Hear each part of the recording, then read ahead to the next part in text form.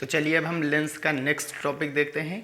10+2 की फिजिक्स में ये एक मोस्ट इम्पॉर्टेंट लेक्चर होने वाला है और जो कि क्लास 10th का लगभग लास्ट, ठीक है।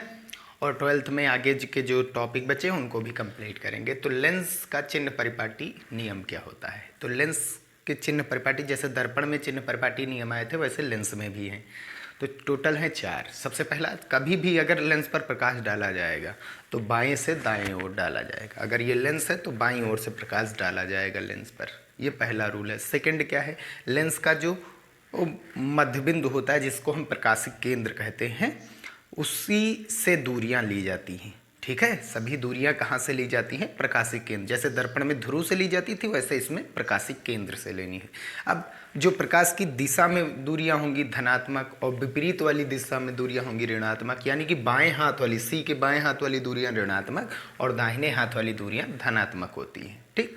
अब और जो लास्ट है ये तो उसमें भी था कि मुख्य अक्ष के ऊपर वाली दूरियां धनात्मक और नीचे वाली दूरियां ऋणात्मक होती हैं। तो यही टोटल 4 हैं। लेंस पर प्रकाश सदैव बाईं ओर से दाईं ओर तक डाला जाता है।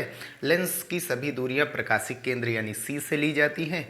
प्रकाश की दिशा में ली गई दूरियां, आपतित प्रकाश की दिशा में ली गई दूरी धनात्मक, विपरीत दिशा में ली गई दूरियां ऋणात्मक होती हैं और मुख्य अक्ष के ऊपर वाली दूरियां धनात्मक और नीचे वाली दूरियां ऋणात्मक होती हैं।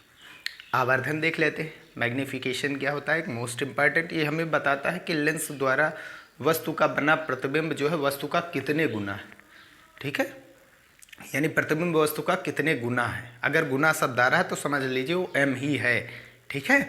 तो प्रतिबिंब तथा वस्तु की लंबाई के अनुपात को, प्रतिबिंब की लंबाई जिसको हम I से लिखते हैं, वस्तु की लंबाई जिसको हम O से लिखते हैं, इसका अनुपात क्या कहलाता है, आवर्धन कहलाता है। रेखीय आवर्धन भी कहा जाता है।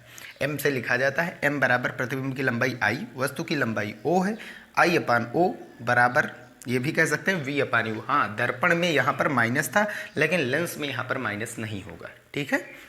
दर्पण में यहाँ पर चिन्ह माइनस का था और यहाँ पर लेंस में माइनस नहीं होगा, ठीक।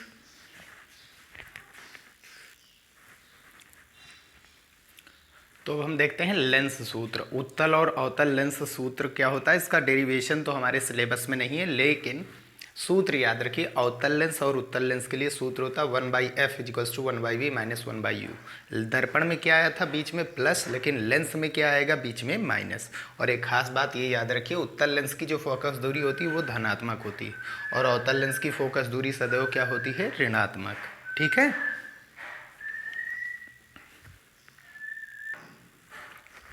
लेंस की क्षमता क्या होती है तो समझते हैं ये सबसे पहले। कोई भी लेंस, ये मुख्य अक्ष, ये उत्तल लेंस, समांतर आ रही प्रकाश किरणों को कितना ज़्यादा इकट्ठा कर लेता है। जिस बिंदु पर इकट्ठा करता है वो द्वितीय फोकस होता है। समांतर प्रकाश किरणों को जितना ज़्यादा इकट्ठा करेगा उतना ताकतवर होगा। तो लेंस की क्षमता का मतलब है कोई भी लेंस समांतर आ रही प्रकाश किरणों को कितना ज़्यादा इकट्ठा कर रहा है या कितना ज़्यादा फैला रहा है। फैलाता कौन है, अवतल। अवतल लेंस फैलाता है समांतर प्रकाश किरणों को, ठीक। अब इनको जब पीछे बढ़ाया जाएगा तो ये जहाँ पर मिलेंगी, मुख्य अक्ष को जहाँ पर काटेंगी, ये प्रकाश किरणें मुख्य अक्ष को जहाँ पर काटेंगी वहीं पर क्या होगा, द्वितीय फोकस होगा। अब द्वितीय लेंस का फोकस, लेंस की फोकस दूरी का मतलब होता है द्वितीय फोकस दूरी, याद रखिए हमेशा। अगर लेंस की फोकस दूरी की बात कर रहा है यानी कि वो द्वितीय फोकस दूरी है। अब उत्तल लेंस में द्वितीय फोकस दूरी दाहिनी ओर है तो प्लस, और अवतल लेंस में किधर है, बाईं ओर है तो माइनस, इसीलिए लिया जाता है।